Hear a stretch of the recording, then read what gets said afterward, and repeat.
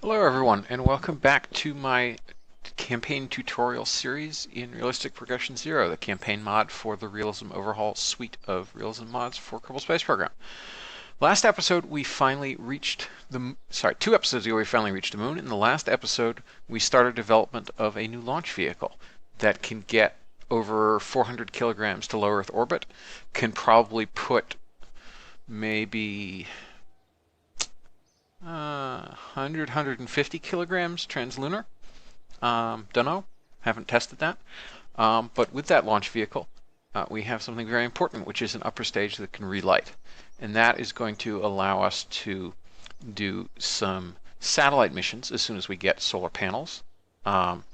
Also, as pretty soon we'll be getting, along with solar panels, the first controllable probe cores from Stability early probes. And we'll also get a couple new science instruments of note.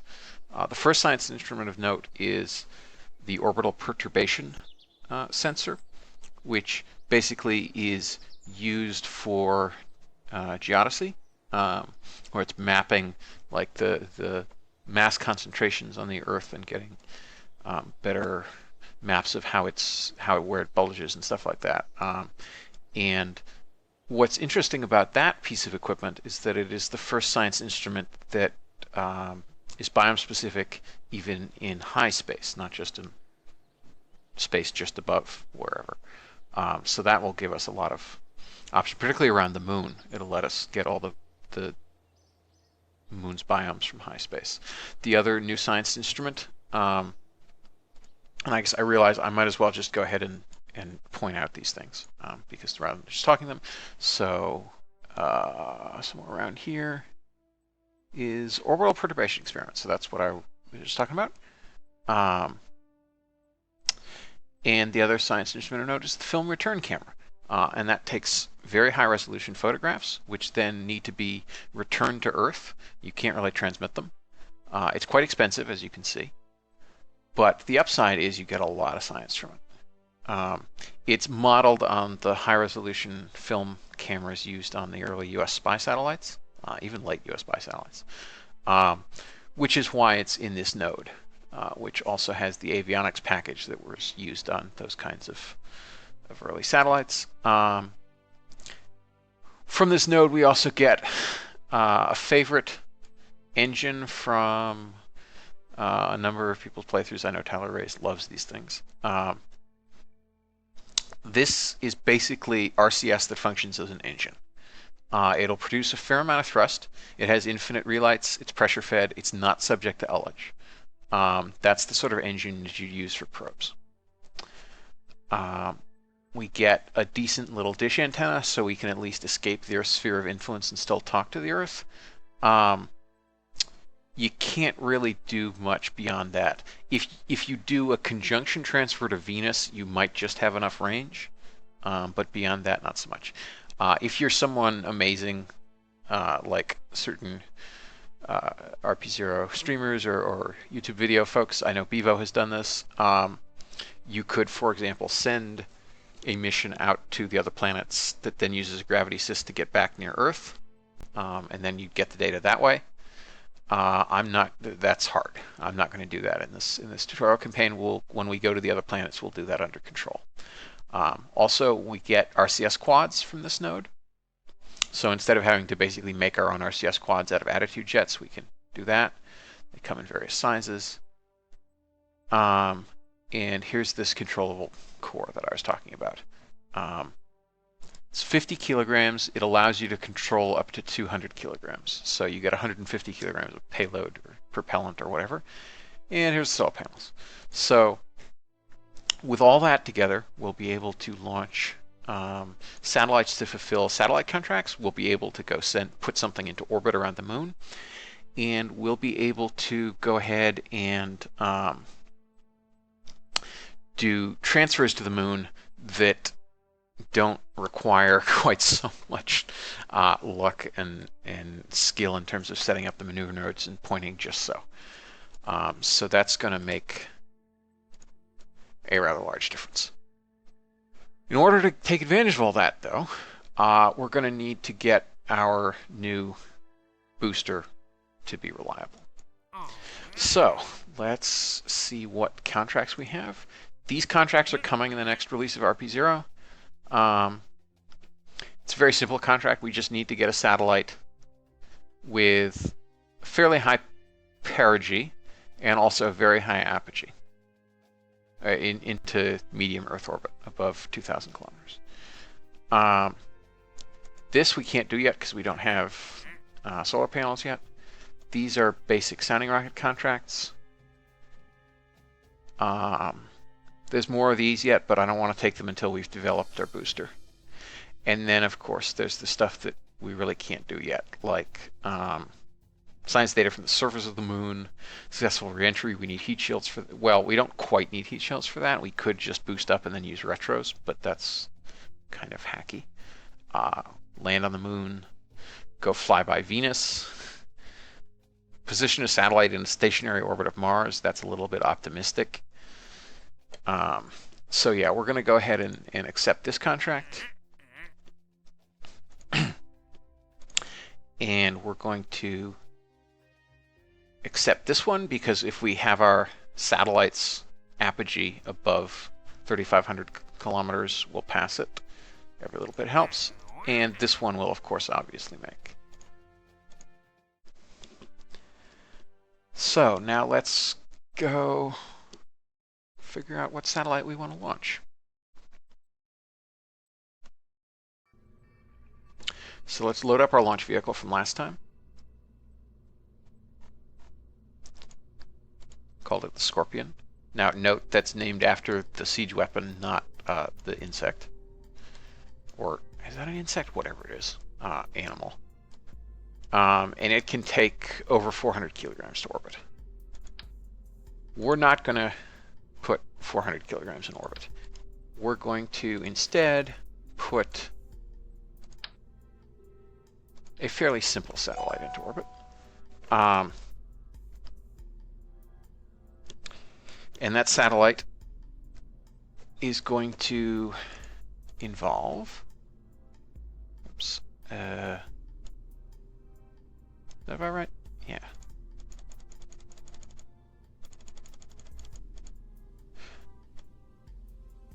It was gold foil. Gold foil. Just this basic thing plus a battery.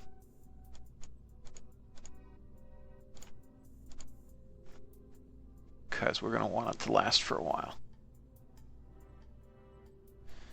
So let's, what is that? All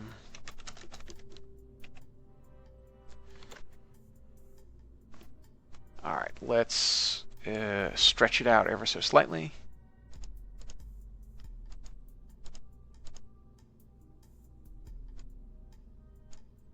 And we'll have an 8 kilowatt hour battery.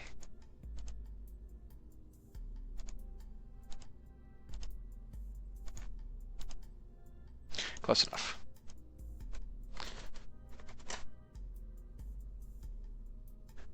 So that brings us to only 100 kilograms. That's really not that much.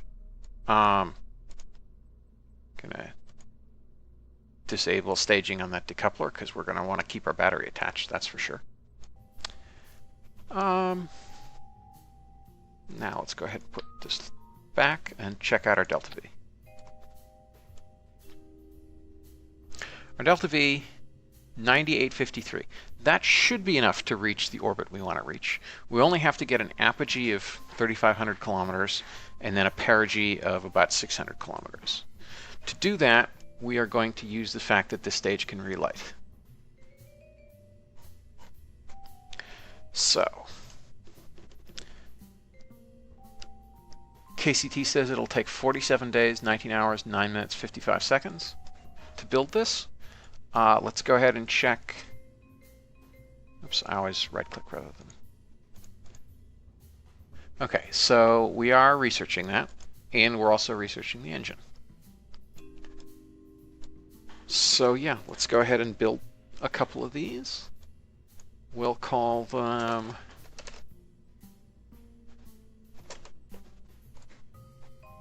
Warbler 1. did not pass the editor checks. What's the problem? What is your problem? Oh, I thought we had upgraded the pad. Are we waiting for the pad? Probably waiting for the pad. I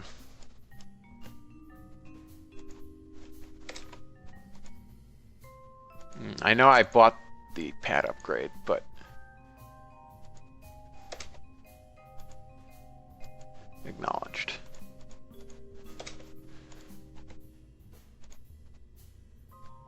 And we're not going to save that because we're not going to need it.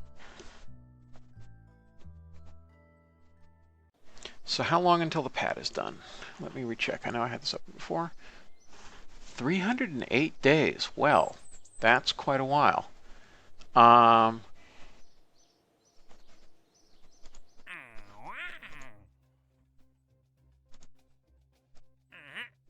right, so yeah, we're gonna have to launch a sounding rocket to do these. That's okay. 3,500 kilometers, that's not really bad for a sounding rocket. So let's...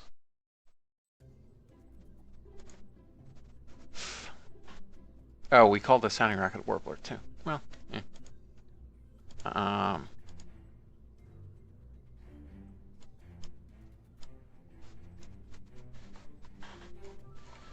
right, now we can go ahead and change this to default.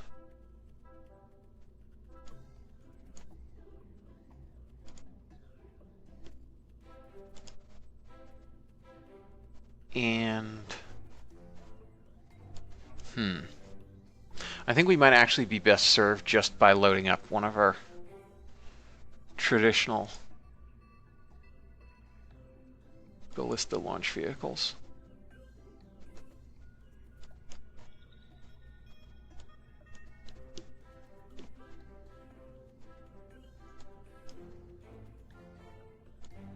And we'll just use this to reach the 3,500 kilometers. That's the main expense in this is the avionics unit, so I'm just going to go ahead and remove it. That takes us down some.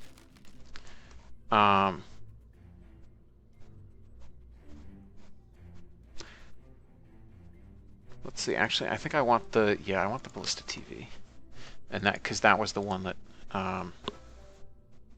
had no avionics and just spun up, basically.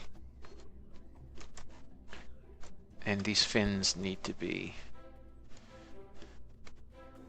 tweaked ever so slightly, so we spin up on ascent.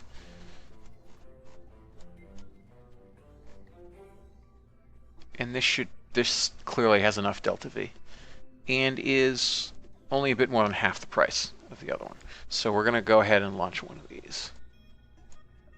Well, build one of these, and let that fulfill our sounding rocket contract while we're waiting for the launch pad.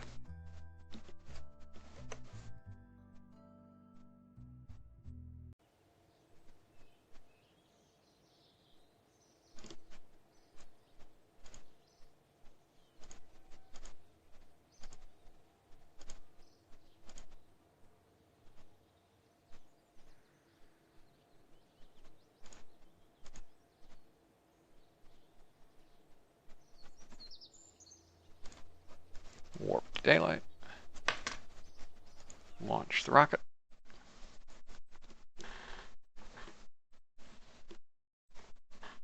Now, it is, of course, possible to fulfill that atmospheric analysis contract with our existing ballista launch vehicle. We just have to loft to a very high perigee and then circularize and do more than circularize up there instead of trying to use our new launch vehicle. But that's fine. So let's go ahead and fire up the engines and launch.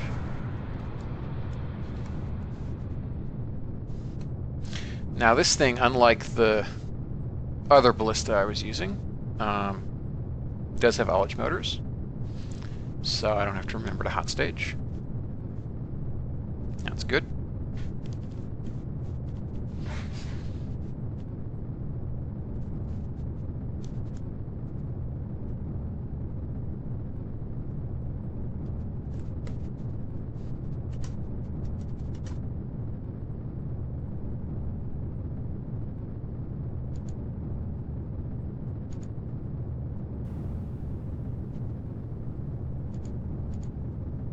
close test flight window.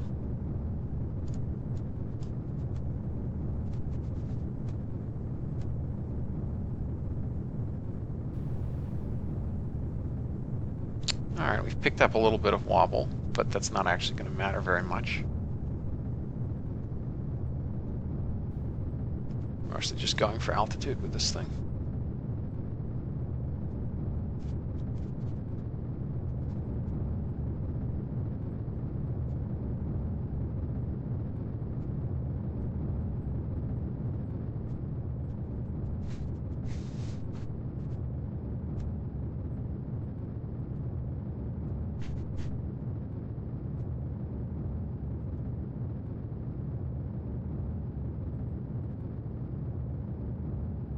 Okay, and we're picking up some steering losses because we're wobbling around prograde, but it doesn't really matter. Coming up on burnout.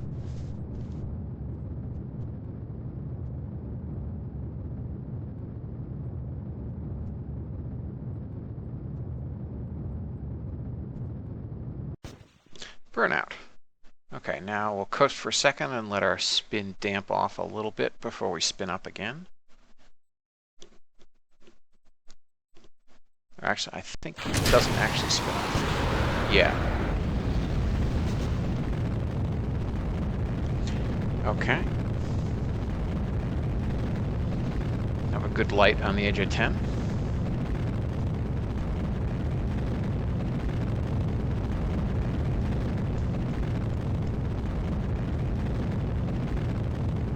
And we can separate our fairings now.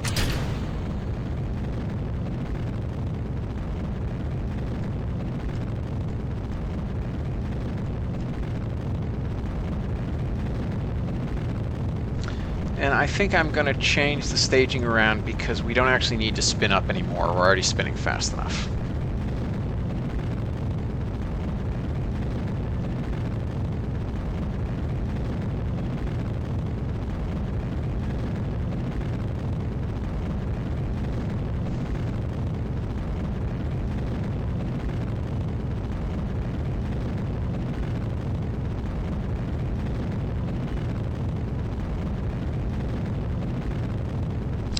.50 seconds remaining on the AJ-10.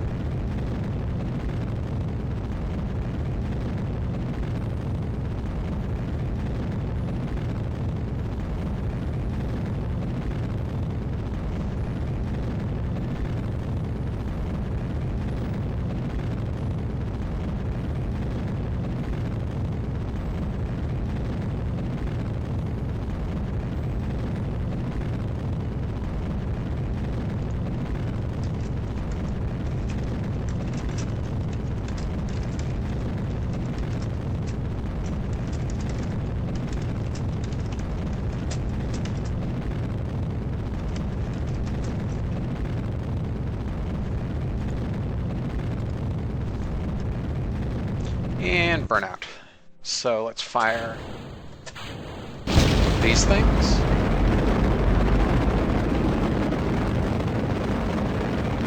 And SEP. And fire.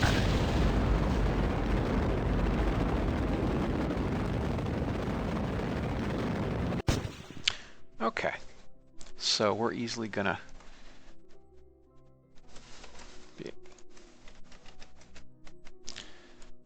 be able to pass what our contract requires, and we got through that flight without any failures, which was a really nice surprise given how tragicomic some of the prior episodes have been. Although, you know, test flight is a lot of fun. It's made RP-0 so much more fun for me because, you know, once you're basically sure that once you get comfortable enough with launch vehicle design, it becomes fairly boring if you design a launch vehicle, and then it's basically fine. Unless I mess up staging, like I staged the fairings too early and the payload burns up, or unless I forget to hot stage. It's, you know, the launch vehicle's gonna do what I want it to do. So we made our 3,500 kilometer contract, made our 490 kilometer contract. So we can go ahead and go back to the Space Center.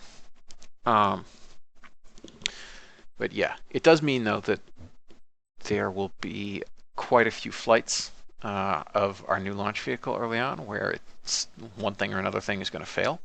So that reminds me, actually, that I think that I probably forgot to enable research on the LR101s. I did it for the two big engines, but then I didn't actually do it for the verniers.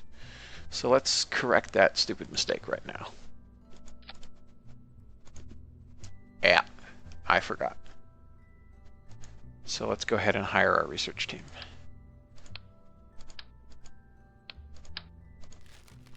Okay, now let's go ahead and grab the Scorpion again. And let's try underloading it with propellant slightly. Because the issue is that we don't have enough. We're too heavy for a pad. We're at 54 tons. So let's try a partial load.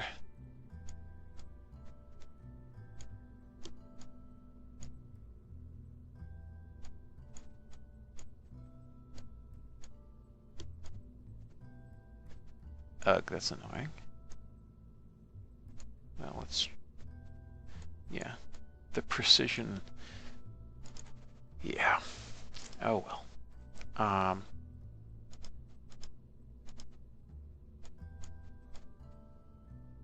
40.0 tons. That's interesting. So now let's reduce our payload mass until we're liable to achieve orbit again, which I think was about here. And we'll call the Scorpion TV for test vehicle.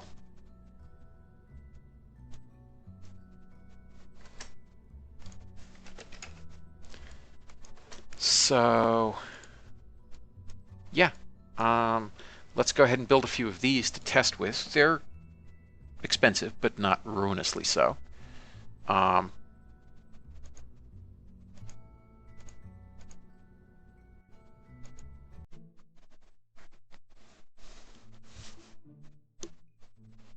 And we'll fly some of these while we're waiting for the pad to upgrade.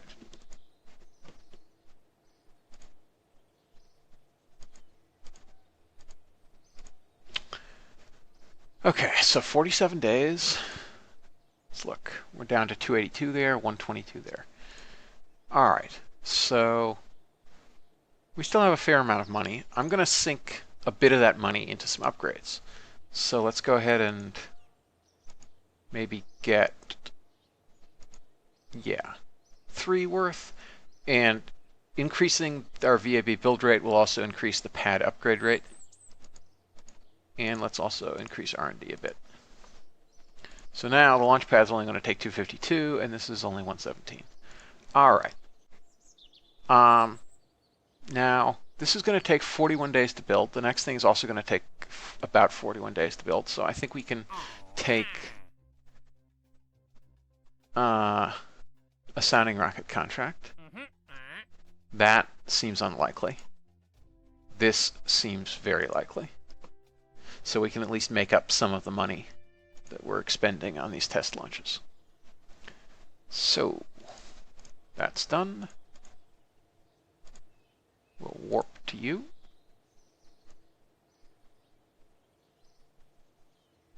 Roll out to the pad. Go ahead and launch.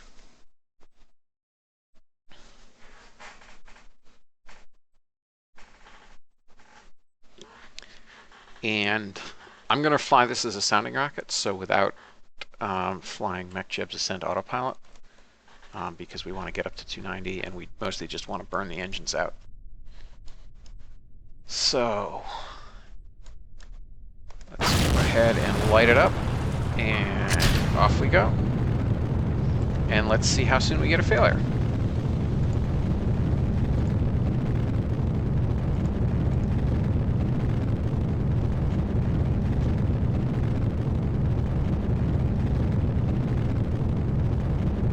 So I've kicked us over ever so slightly, so we'll fly a bit of a gravity turn. How are we doing on data?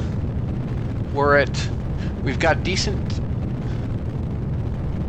So we didn't actually pick up any tech transfer on the AJ-10 or the LR-79. Well, we didn't expect to on the LR-79. I expected us to get some tech transfer on the AJ-10, but it looks like the research and tech transfer combined didn't go past 2,500. So that might be something for Agathorn to look into, so that research actually gets applied before a tech transfer, so you don't lose out on tech transfer data just because you're doing research or vice versa. It may also be, I think, that it may be that the AJ-1037 doesn't transfer to the AJ-10-104D. It may be that you're supposed to go to the 42 and then the 142, for example, or the 101A. We didn't have a failure. Okay, that's cool. These things are more reliable than those first generation engines or 0th generation engines. So it's not past the realm of understanding that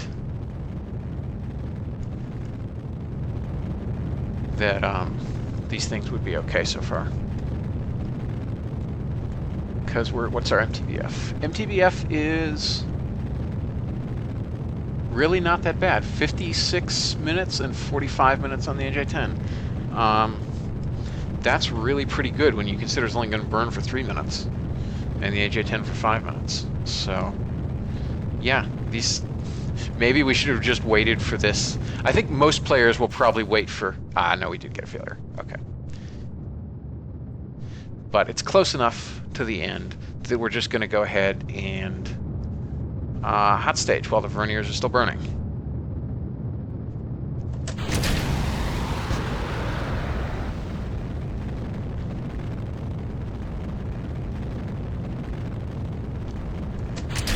And fairing sep.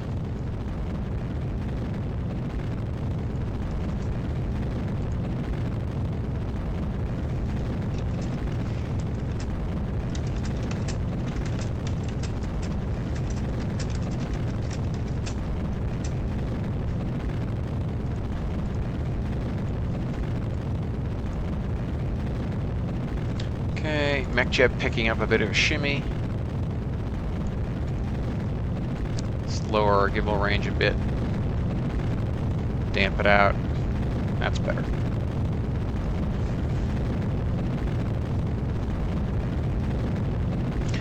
Yeah, it is worth pointing out that mean time between failures doesn't mean 56 minutes from now you'll have your first failure.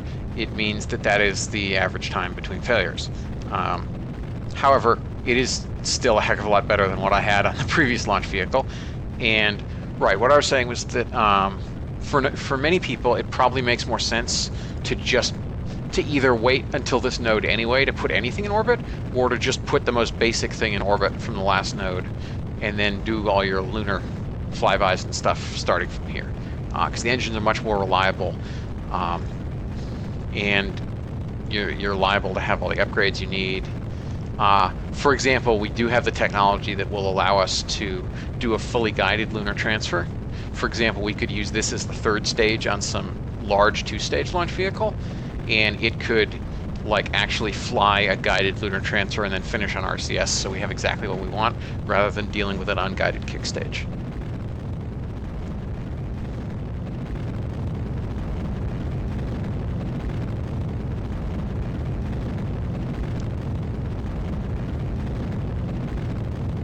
So how are we doing? We're less than half of the way through our burn.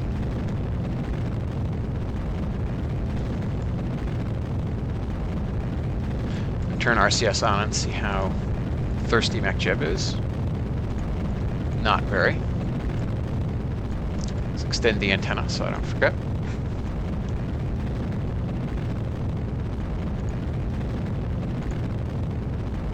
And we're going to align with orbit prograde.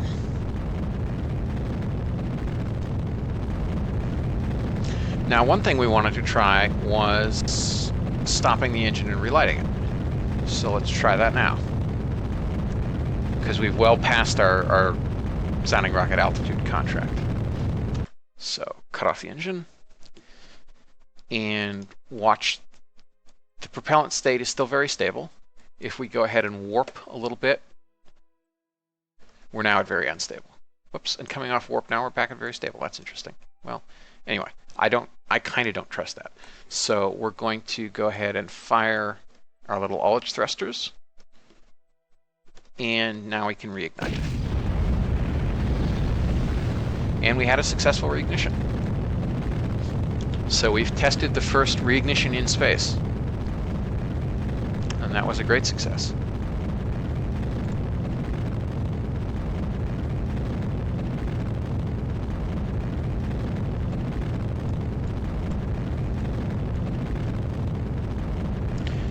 And we are still acquiring data, which is great.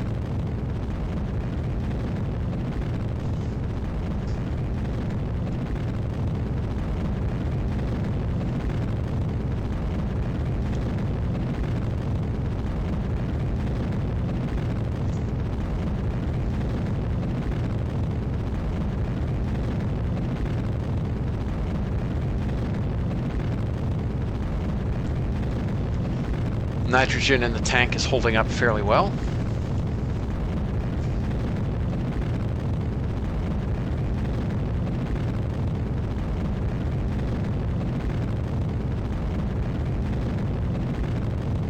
Less than a minute to burn out.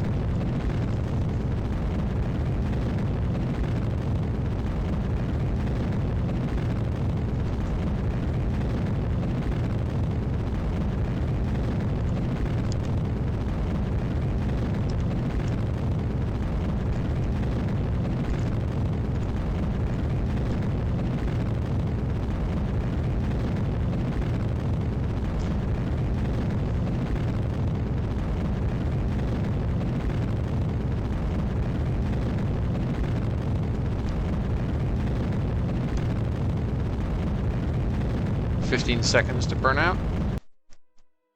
And let me just look at this list. We had, it's heated by engine. Yeah, okay. Let's move that down there. Yeah, and the LR-79 had an engine shutdown.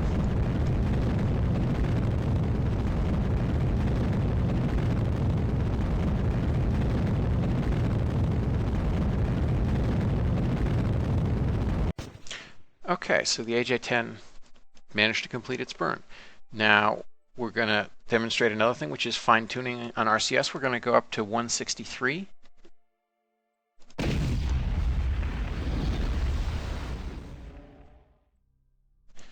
And we're not quite going to make it because we ran out of nitrogen.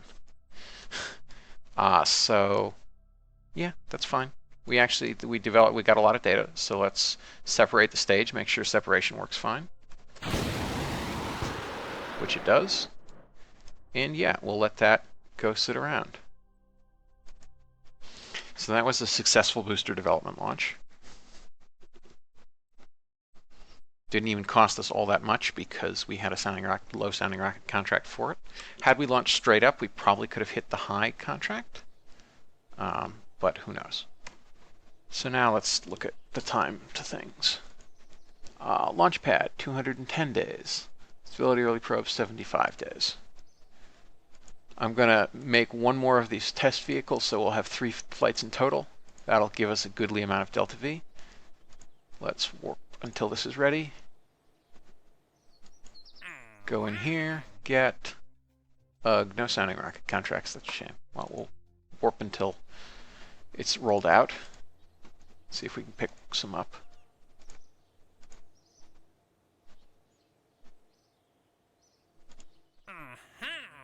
Nope, doesn't look like that.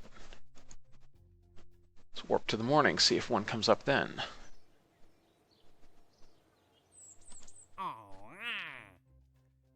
Nope. Alright, well I guess we won't actually have any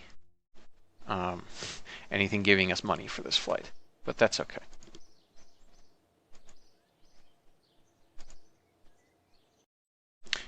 Given that that's the case, let's try shooting for orbit.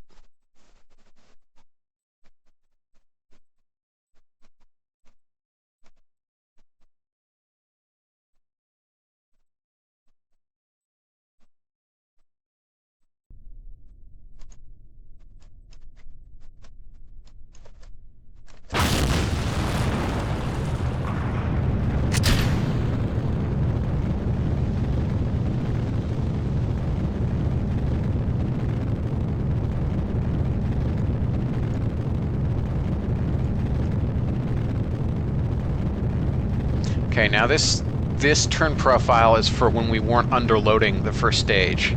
So it's gonna be, we're gonna go for a fairly high perigee this way. But we'll see what happens. We should have enough delta V. I mean, we don't actually want to leave this thing in orbit, so we'll probably cut off just shy of orbit and then burn retrograde, as long as we get the full engine burn done.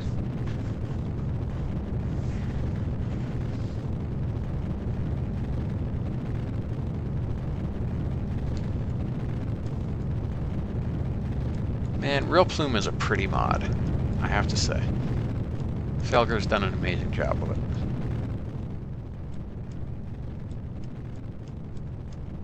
And Pingo Pete with RSS Visual Enhancements, RV, has done an amazing job, because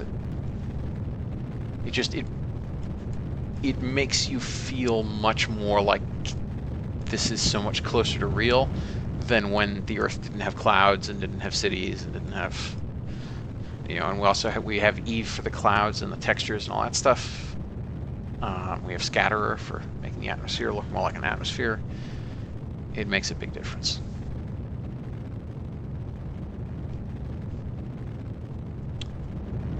Right, so far this launch vehicle is performing nominally.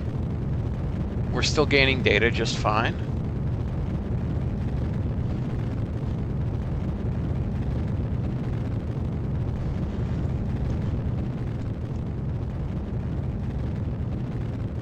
And coming up on burnout.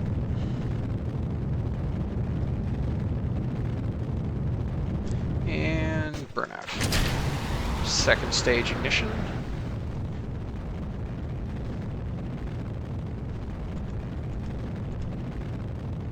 It's again going to lower that gimbal range.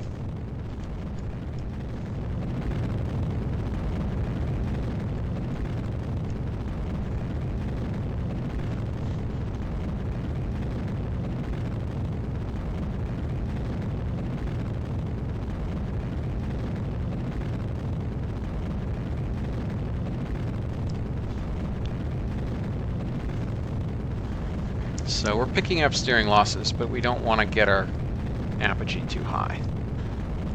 Fairing step.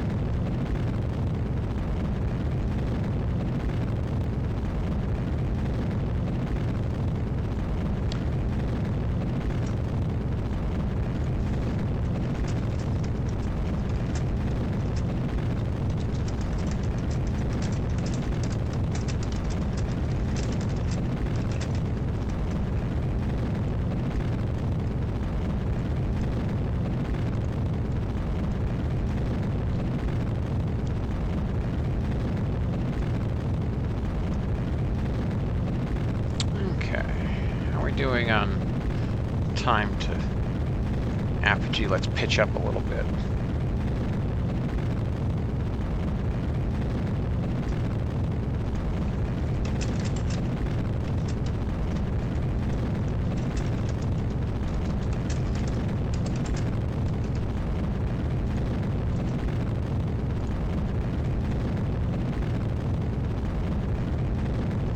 Let's see.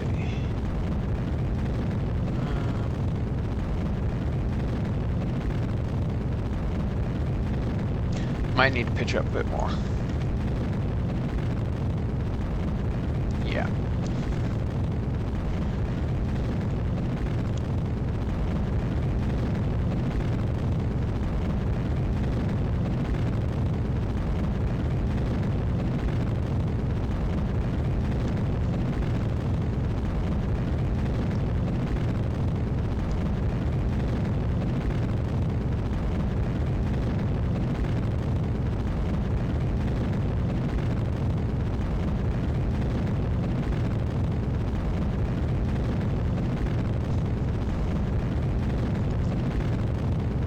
Turn this down even more.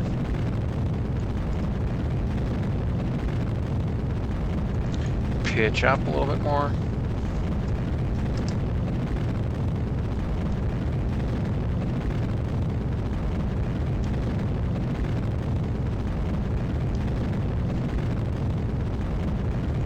Yeah, and I have to admit, I've really been impressed by the reliability of this engine.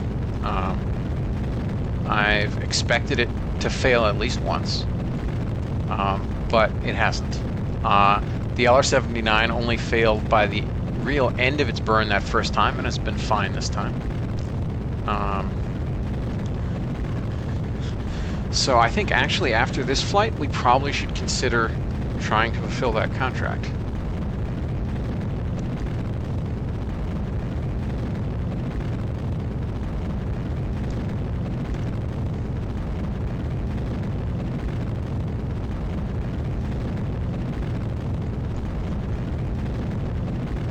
Pitch down a little bit now that our time to apogee was rising. Still rising. Pitch down even more. Now it's falling. Slowly, but it's falling. Let's pitch down even more. And finally come level.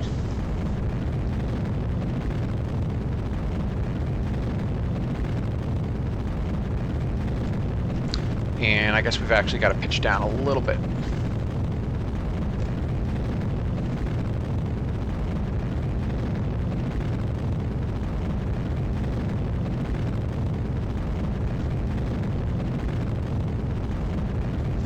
All right. So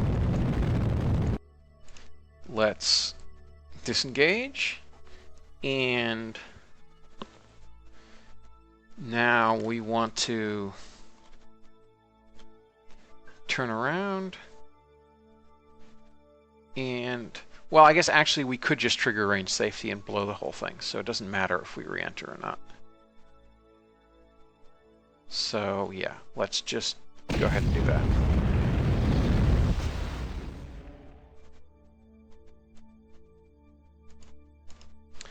Okay. So finally, let's fire the retros so we can build up data on them as well.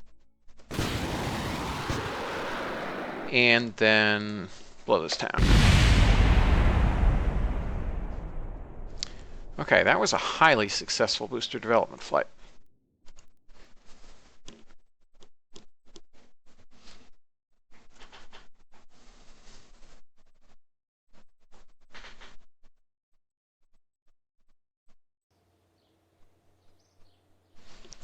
So yeah, let's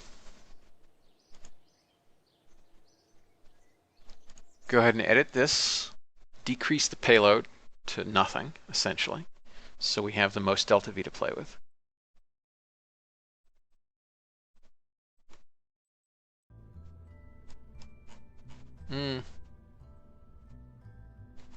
Yeah, let's do that.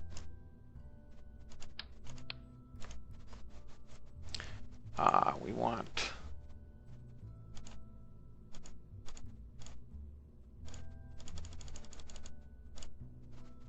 gold foil, and we're going to put, oh, that's interesting. I apparently now have access to service module. That's great.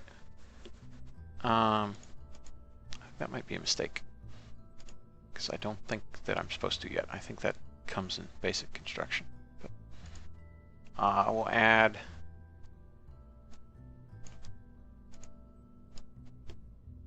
a little bitty battery. 2 kilowatt-hour battery.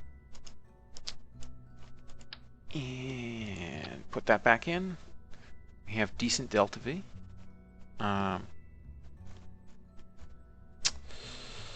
Let's check whether we actually have access to service module or not. No, that was just a miscreant bug. I'm not sure why that happened. Okay. Yeah, I didn't think so. That would have increased our delta V quite a bit. We can now this a bit to get, no, I guess we kind of can't. However, I do want to see what the full delta V, what it is full delta V, because what I noticed is that launch clamps with pump on, they'll pump once we're out on the pad. So 10,000. All right, that's totally enough delta V to do this mission. So let's, yeah, get under 40 tons. Come on. Not under 40 tons yet. Still not under 40 tons. Now we're under 40 tons. We'll call this Warbler 0.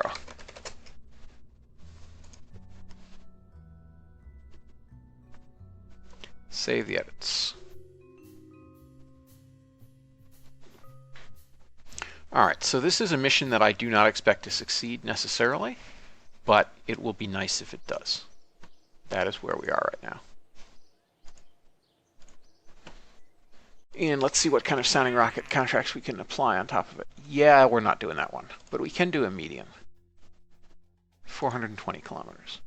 And let us reacquaint ourselves with the parameters of this. Oh, we still have science data from space around Earth. I forgot to do that last time. 573, yeah. All right, periapsis. So we want a periapsis of about 575, and we want an apogee above 2,500. That's fine. I believe we should be able to do that.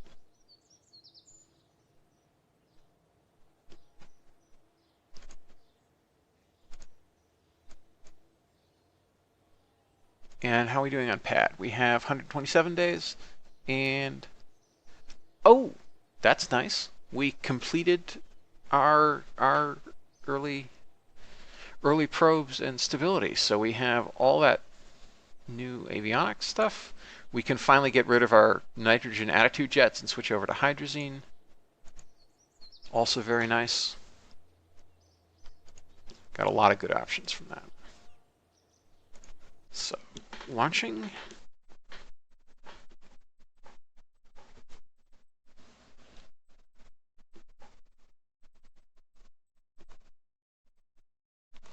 Now, there's 3 ways to make the orbit we're about to make. It's 575 by 2,500, basically. We have a relatable stage, so that gives us some options. I guess I might as well. That's sort of cheaty, but I'll let the tanks refill while we're waiting. There's 3 options. If we didn't have a relatable upper stage, then all we could do would be launch to a 2,500 kilometer apogee, and then attempt to get a 575 kilometer perigee once we get there. And the way we do that is we boost using this first stage mostly. Probably end at about 30 degrees pitch. And then once we got to apogee, once we got close to apogee, we burn out our upper stages. Probably need a kick motor too. That would be insanely expensive in terms of gravity losses. Don't want to do that. No, I'm sorry. Don't actually have to do that because yeah, you only have to make the lower of the 2. So what we'd be doing is boost this to a 570 kilometer apogee. Then we'd light this a bit ahead and pitch up a little, and that would raise our apogee to 575, and we'd keep burning past circularization and raise the apogee to 2,500. All right, so that's how you do it if you don't have a relatable upper stage. You boost you boost such that you will attain the perigee you want as your initial apogee. Then you burn everything else to establish your new apogee and make that instead your perigee. Okay, option 2. We would launch to a 160 kilometer perigee, or 180 or whatever, some low perigee. But we'd burn out, so our apogee is in fact 2,500 kilometers. Then all we'd have to do is fire, say, a small solid kick motor or even possibly just oversized RCS on that stage to raise our perigee from 180 up to 575. That would eliminate the gravity losses from boosting to a high initial apogee. And that still doesn't actually require a relightable upper stage. It just requires something to give us a kick at apogee, to raise our perigee up, to give us apogee kick. That's how geostationary transfers work. You launch something into a geostationary transfer orbit, and then the satellite fires a kick motor at apogee that raises its perigee up to geostationary height as well, and circularizes. Also does a plane change. The third way, the way we're going to do it, is we're going to do that approach, and then instead of having an extra kick motor, we'll just relight our stage at apogee and raise our perigee. So let's do this thing. We want to turn over a little sharper because our thrust weight ratio is a little higher.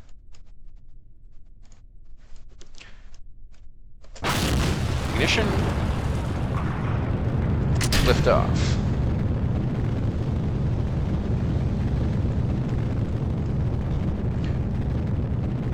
Roll program.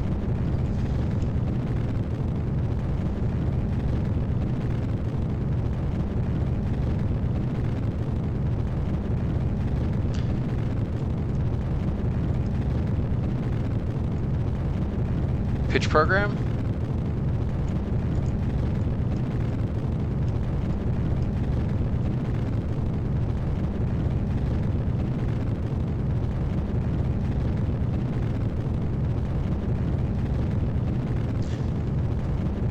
We also, since we have access to early controllable cores, we also have, instead of having like a solid kick motor or something, we can have some like a small hydrazine thruster on our payload, on our probe that we're sending up, and have that raise the perigee once we get there. But since we have this relightable upper stage, we can just use the upper stage as a space taxi. Its propellants are storables. They don't burn off. They don't boil off. They do burn off, or we'd be in trouble. But yeah, we're not going to lose any to boil off, so we can circle on around, not have to worry about it.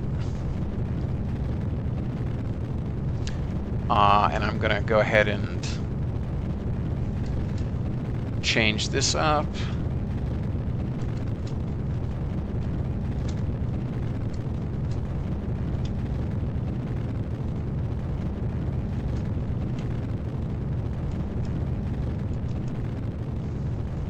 So that MacJeb will cut off our throttle once we attain the apogee we want.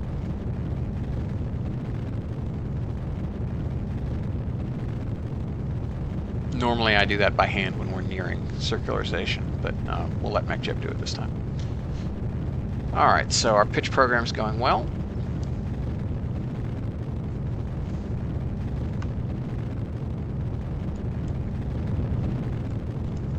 And as you can see, this launch vehicle is about 2,000 meters per second short of being lunar capable with the payload it's got. So if we put a really small kick stage on it, then we could easily use this for our lunar impactor missions. We just need about 2,000 meters per second delta V. Nice thing is, because the upper stage is relightable, we don't lose whatever we don't burn on the initial ascent to parking orbit. So if we had like 1,200 left, stage, ignition, so far so good. I'm gonna raise this so we get a nice low steering loss turn, so we don't have to end up pitching up a lot during. And this will make our initial apogee higher than what I might perhaps like. I like those really low apogees because they lower gravity losses, but in this case, steering losses would be raised if we didn't have a higher one. Yeah, so like we could put some baby sergeants on here, just enough to give about 2,000 meters per second to the probe core. We'd leave like 1,300 meters per second or so in this Able Star stage, and use that along with the solids for TLI. That worked pretty well. Or if we really wanted fine control, we could, like I was saying last time, use this as third stage on something big. Also, now that we have controllable probes, we can build one, you know, with hydrazine thrusters that would then insert itself into lunar orbit. Okay. So now we're picking up steering losses again, but that's fine. Also picking up some wobble again, so we'll turn down the gimbal range again.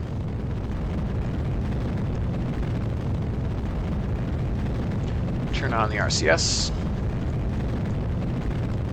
so we get stabilized and roll. Yeah, in real life, most guidance platforms would require you to stay level and roll for their guidance to work early on. I mean, these days they don't care, but in KSP with MechJib or whatever, it'll accept any roll.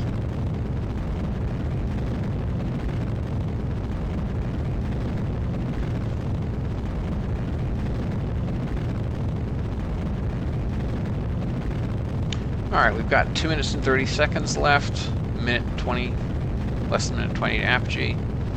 Let's pitch up a little. To lower our steering losses, raise our apogee a little bit, which is okay. But it'll prevent us falling back very much.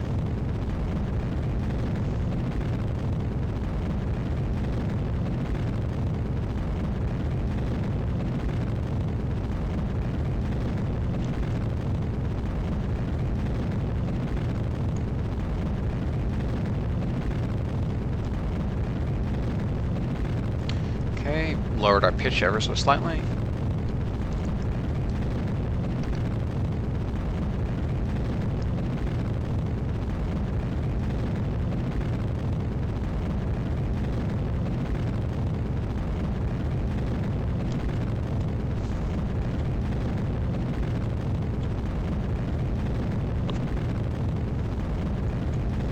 Lowered pitch again.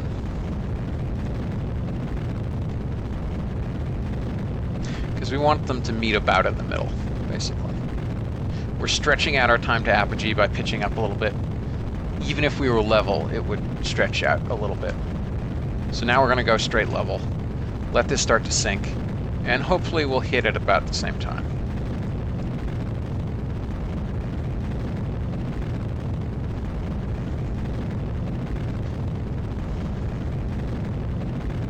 Or not. Or we could just end up getting fast enough that... Oh, that's right, because we're not using all of this to get into orbit.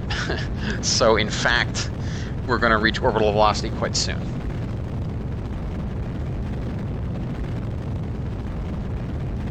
Yep.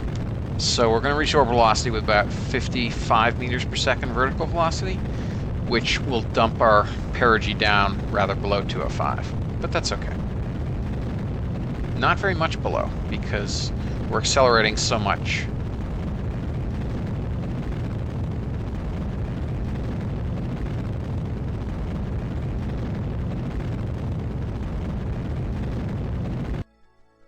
All right, and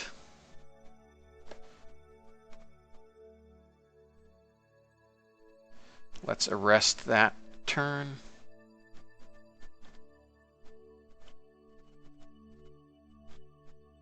And burn forward a little bit more to raise it to 2500 even, using the RCS to fine-tune.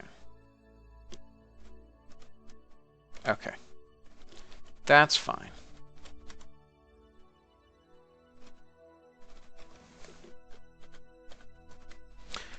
Okay, now we need to set up a node to get us a 575 kilometer periapsis. Let's do that. We want maneuver planner, change periapsis. We'll do 580 because why not?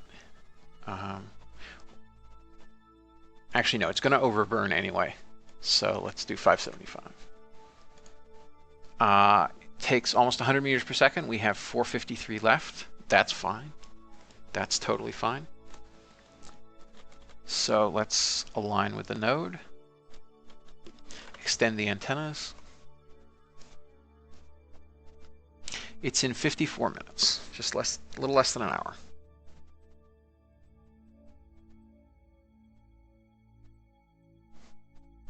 Not sure why we picked up that roll.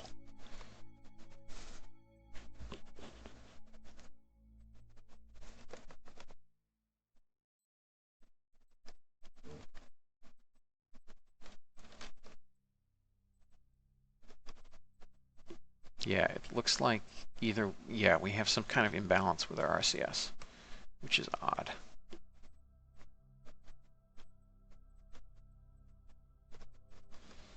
But whatever.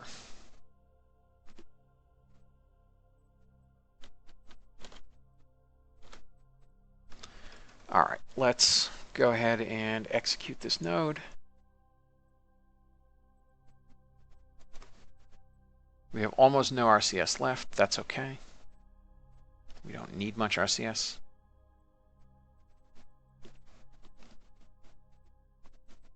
Our propellant is not going to be stable. So we're going to have to do a little sharp burn of RCS before it tries to ignite.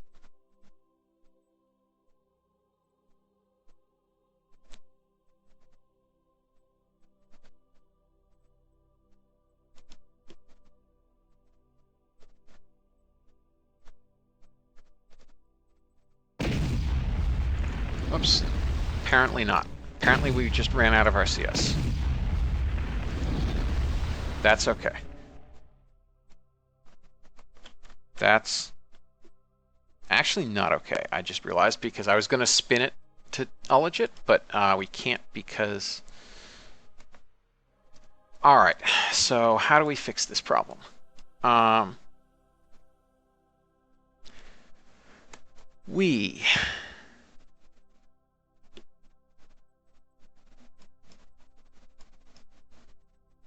right, so I guess I can't use RCS on a... I think the way we can fix this problem is start a spin this way.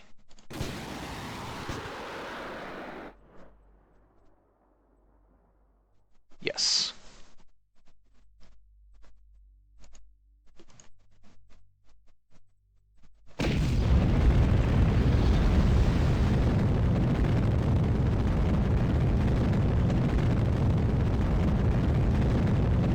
Oops, wrong way. This is the right way. And I just made things worse because I forgot that I had the gimbal range set to so limited. But yeah, that's why we didn't turn fast. Yeah, it was at 25. All right, so much for that idea. Well, so this mission is a wash. But yeah, that was interesting. I did actually manage to spin it up enough using a single separation motor to slosh enough propellant down that it could ignite. But then, of course, all that went to waste because I didn't end up gimbaling enough while the engine was still running. So we'll let that re-enter.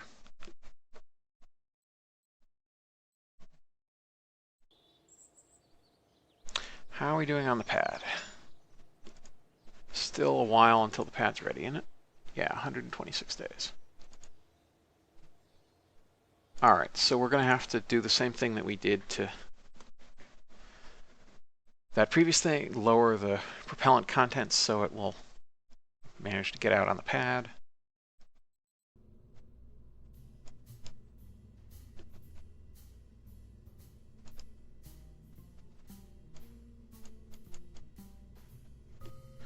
Yeah, somewhere around there.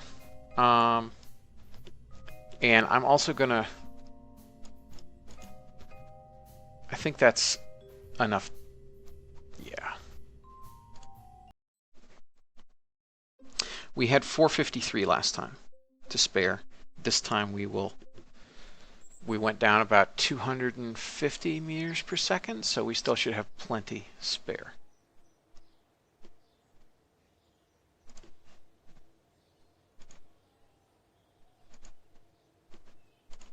Let's also pick a... Oh, I still haven't done the science around Earth. Let's see if I remember to do that this time. Go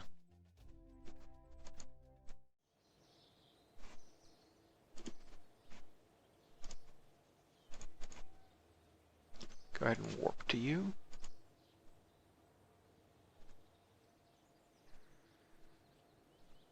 And let's edit this so it has the same thing, because it also will not, the pad will not be done in time for this.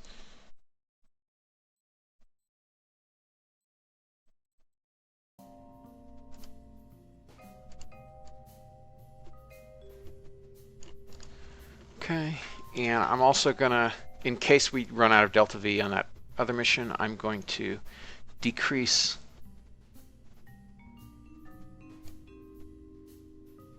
this, just in case.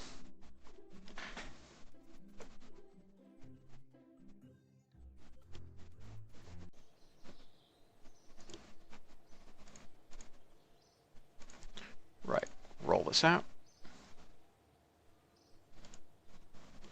Warp to the morning. And we'll fly this ascent again.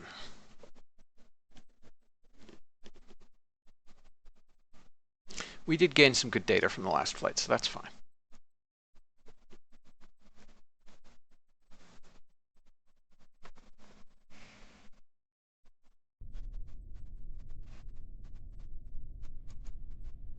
Okay.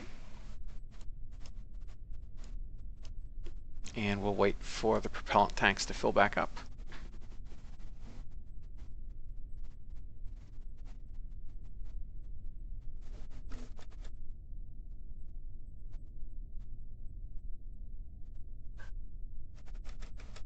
Okay.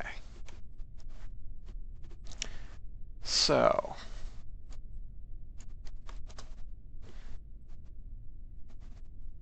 I think we're going to go for a slightly lower perigee this time, because we had a bit too high of perigee last time. Although part of that was also we were under. No, we did actually fill up all the way, didn't we? Yeah. So we'll do T minus 10, 9, 8, 7, 6, 5, and just start. 3, 2, 1, liftoff.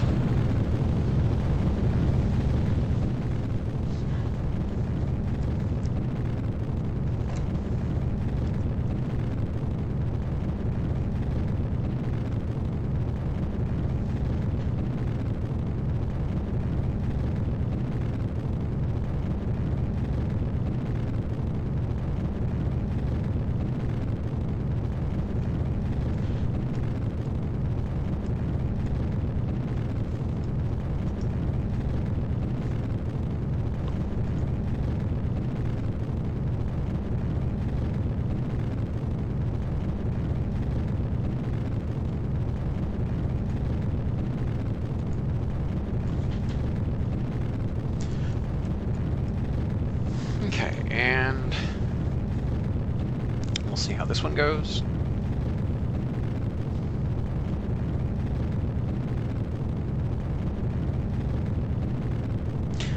Now, the other very interesting thing is that we really need to start thinking about what our larger launch vehicle is going to be. Because we are looking to put a human being into orbit. That's not something we can do with this. We're going to need at least 2 of these main engines in the first stage. Then we're going to need some kind of large second stage, whether that's powered by an LR-105,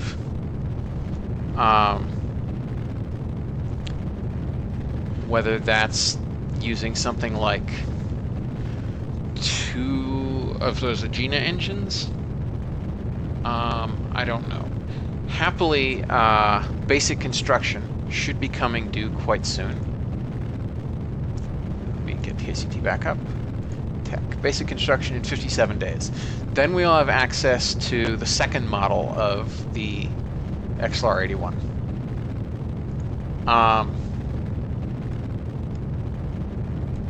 Interesting. Did we have a... what?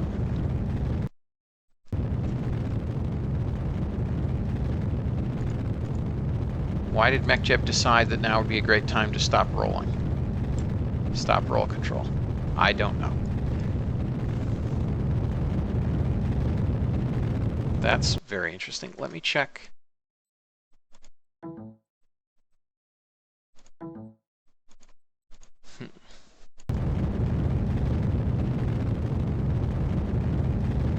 I kind of don't understand what MechJeb is doing right now.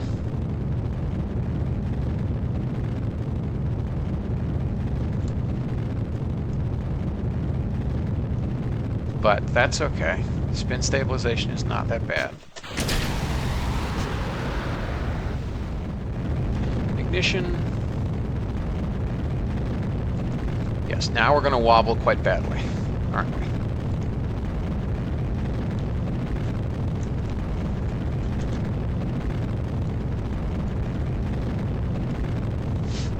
What is going on here? It's like MechJeb has decided that it's going to stop actually exercising control.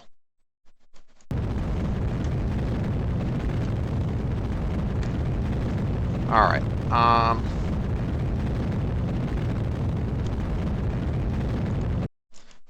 I'm just going to take manual control because I don't understand what MechJeb is doing. We have fairing sep. It's interesting. Now it's basically working perfectly because I have normal SAS. So that's interesting. Haven't had that happen before.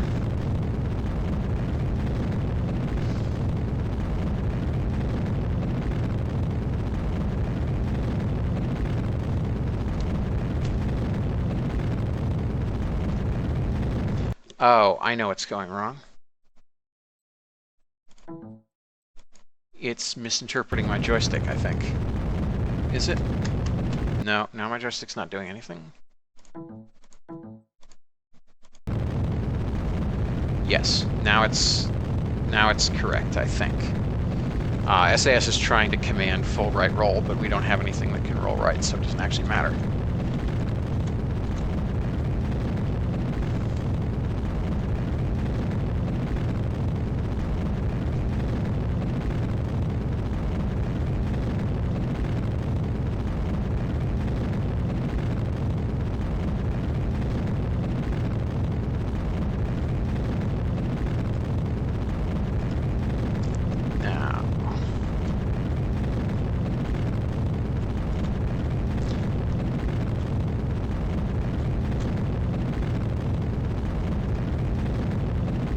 I guess we'll go ahead and turn RCS on just for a sec to damp out this roll. Because, man, it's getting annoying.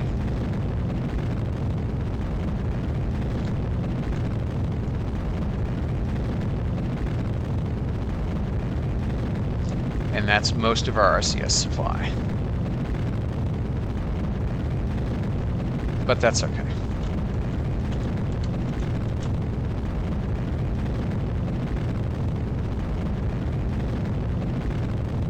Now let's put autopilot back on. Watch it flail all over the place. There we go. That's more or less lined up. Okay.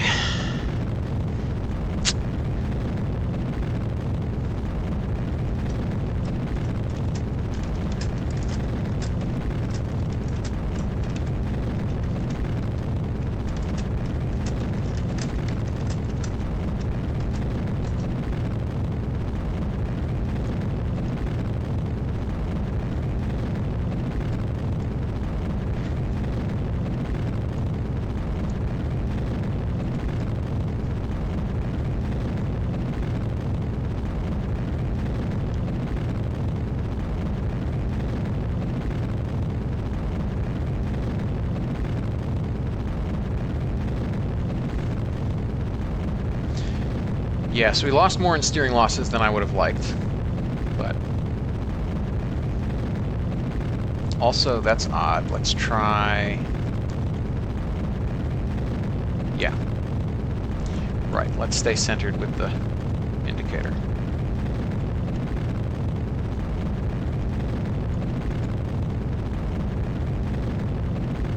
Okay.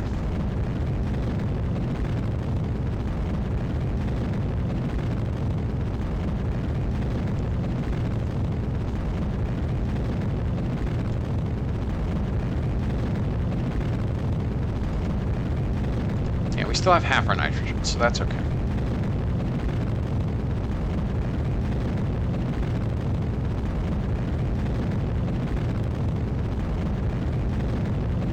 And it looks like time to apogee is going to be about right. We have very limited vertical speed at insertion, so we're going to get a nice, well-formed orbit.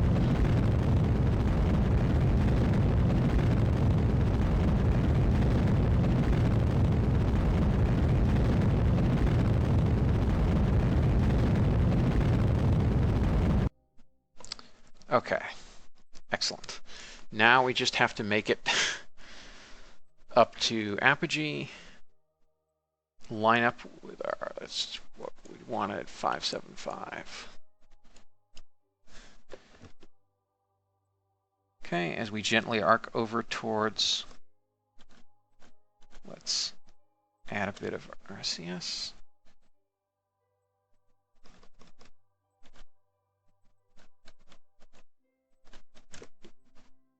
Okay, how are we doing there? Not terrible.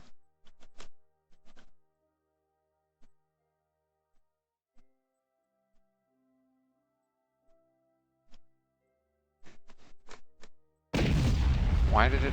Oh, stupid. Yeah, I need to replace my throttle at some point. This happened to me on a squadcast once, where my throttle just decided that would be a great time to throttle up. Let's execute the node.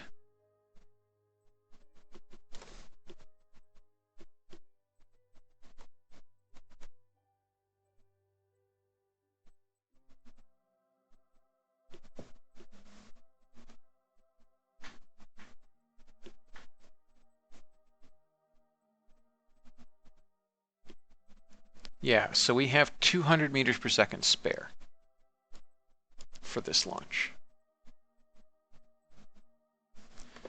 Okay, let's do some ullaging.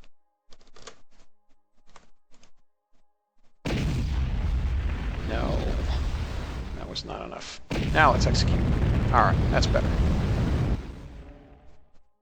Okay, we have achieved what the contract requires.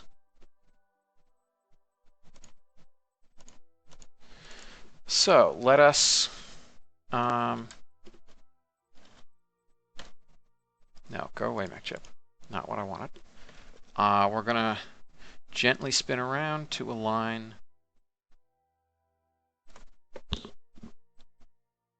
such that we can ditch this stage. How much? Whew, 227. That's not a lot. And getting lower all the time.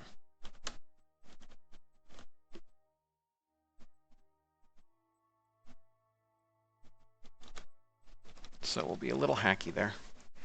Now what I would like to do is spin up slightly so that satellite stays stabilized. And that completes our nitrogen, depletes our nitrogen. Now we can fire the retros. And away that stage goes, and this satellite will sit happily in orbit. Now we need to go ahead and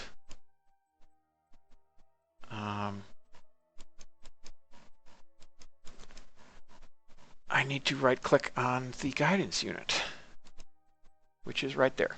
And we need to rename it, and we need to call it debris. Okay, because we are obviously not going to re-enter.